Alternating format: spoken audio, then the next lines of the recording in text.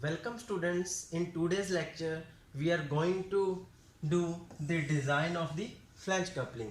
As in the last lecture we have discussed about the various types of the coupling. In this lecture I am going to show you how to design a flange coupling. A flange coupling can be classified into two types, which are unprotected type flange coupling or protected type flange coupling. So here you can see this is a unprotected type flange coupling and this one is protected type flange coupling. So what is the difference between these two? That in case of protected type flange coupling, the protruding bolts and nuts. So you can see these protruding bolts and nuts, these are protected by flanges on the two halves of the coupling. So in this coupling, these extended ends of the nut and bolt, these are protected by means of this extended end of the flange, so that there will be a safety for the workman. So in designing of the flange coupling, the main features for designing are: one is designing of bolts, second is designing of hub, and third one is overall design and the dimensions. So here you can see an unprotected type flange coupling. Okay, so we are going to design this one in this case. So before going into the design, let me show you a 3D view of a flange coupling. So here you can see this one is the shaft. Okay, and we will use a key which is inserted, half of the key is inserted between this slot which is inside the shaft, and half of this key is inserted between the hub, so that power from this shaft to the hub can be transmitted. This one is the nut which we will use to tight the bolts, so that the power from one flange to the another flange can be transmitted. Here you can see the hub and the inner portion where we will insert the key. So these are the two hubs, and we will connect these two hubs with the help of these bolts. And here you can see this bolt which is utilized to connect the two flanges together. So here you can see the one shaft is inserted into the one of the flanges, and this hub and the shaft is tightened with the help of this sunk key. So here you can see we will insert the sunk key in this manner, and after that the second flange and the shaft, these also are connected in the same manner.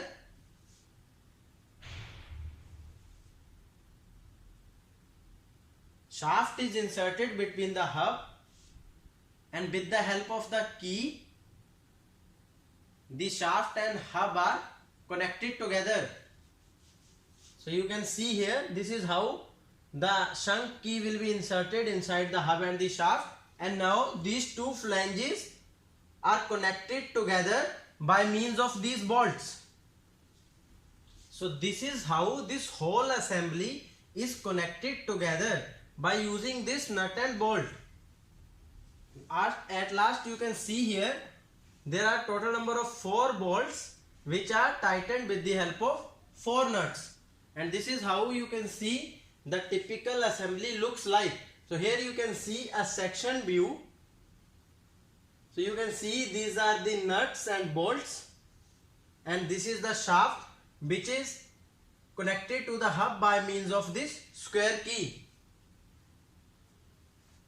So in first case we are going to see the design of a unprotected type flange coupling. So this one is the unprotected type, because here you can see that the extended portion of the nut and bolt, it is not covered with the help of extended portion of the flange. So this is the case of unprotected one. So an unprotected type flange coupling, each shaft is keyed to the boss of the flange. So this is input shaft. Suppose this one is input shaft, this one is the output shaft. So each shaft is keyed with the help of a sunk key to the hub so that power from this shaft can be transmitted to the hub. Generally 3 to 4 or 6 bolts are used for connecting these flanges of the coupling. These are the parameters. D is the diameter of the shaft, which is mentioned here. Tau s is the allowable shear stress of the shaft material. D is the outer diameter of the hub. So this is the D, which is outer diameter of the hub. Tf is the thickness of the flange. This one is Tf, which is thickness of the flange. Tau c is the allowable shear stress for the flange material. D1 is the nominal diameter or outside diameter of these bolts, and capital D1 is the diameter of the bolt circle. It means distance from the center of this bolt to the center of this bolt. N is the number of bolts, and tau v and sigma b are the allowable shear and crushing stresses respectively for the bolt material. And tau k and sigma k, these are the allowable shear stresses and compressive stresses for the key material. For an unprotected type flange coupling, the usual proportions are, so I will tell you the amount of these diameters and length of hub with respect to the diameter of the shaft. So outside diameter of the shaft, outside diameter of the hub, it is 2 times of the diameter of the shaft. Similarly, the length of the hub will be 1.5 times the diameter of the shaft. Pitch circle diameter, as I have shown you, the distance from the center of one bolt to the center of the another bolt, this distance D1, it is generally 3 times the diameter of the shaft. And the outside diameter of the flange, it can be calculated using this empirical relation, which is D1 is the pitch circle diameter of the bolts plus the difference between D1 minus D, where D is the outside diameter of the hub. So after solving it, we can finally get the relation that outside diameter of the flange, it is given by 4 times the diameter of the shaft. And thickness of the flange, again this is an empirical relation, and it is given by 0.5 times the diameter of the shaft. Number of bolts, generally we use 3 bolts for the diameter of the shaft up to 40 mm and 4 bolts for the diameter of the shaft up to 100 mm and up to 6 bolts for the diameter of the shaft up to 180 mm. So in case of designing of unprotected type flange coupling, the first design parameter is designing of hub. So hub is designed by considering it as hollow shaft, and we know that solid shaft is transmitting power to the hub, and we can find out the torque transmitted by solid shaft. It is given by relation pi by 16 tau dq, where d is the diameter of the shaft. Now this torque is transmitted to the hub. So since shaft is transmitting the whole torque to the hub, so I can use this value of torque here, and since I am assuming the hub as a hollow shaft, so I can use the relation for torque in case of a hollow shaft, which is given by T equals to pi by 16 tau d4 minus d4 upon d. Since T is known, small d is the diameter of the shaft is known, so we can find out the value of the diameter of hub. And the length of the hub can be find out using the empirical relation, which is 1.5 times the diameter of the shaft. In case of flange coupling, the second parameter of designing is designing of key. So as we have discussed in the earlier chapters, that key is usually same as that of shaft. It means the material which you will use for the key, it should be same as that of shaft. Therefore, the value of torque considering the sharing of the key can be given by this relation, and the value of the torque by considering the crushing of the key can be given by this relation. So as we have discussed in the chapter of designing of keys. Now third parameter of designing is designing of flange. So flange at the junction of the hub is under shear by transmitting the torque. So therefore we will design the flange for the shear forces. So the relation for torque in case of flange, it can be given by the circumference of the hub, thickness of the flange multiplied by shear stress of the flange and radius of the hub. So how we will get this relation? We know that torque is given by force into radius. So here radius is d by 2, where d is the diameter of the hub. Force, to find out the shear force, we can use the relation. We know that shear stress is given by force per unit area. So here F is given by shear stress into area. Now how to calculate the shearing area? I am going to show you with this 3D view. So in this 3D view you can see that this one is the thickness of the flange, which is denoted by TF, and this area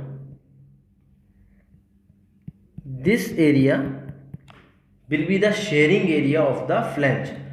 So this is the area from where this flange is connected with the hub. So how you can calculate it? We know that the diameter of the hub is d. So this circumference is given by pi d, and this thickness of the flange is TF.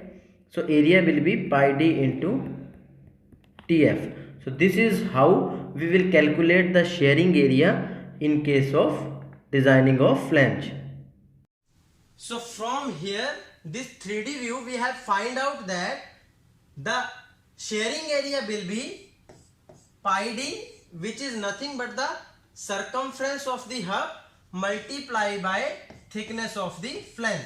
So this one will be the shearing area. So we can put the value of this here, and tau is can be calculated pi d into TF into TC into d by 2. So finally this relation will be reduced to pi multiplied by thickness of flange multiplied by shear stress multiplied by d square by 2.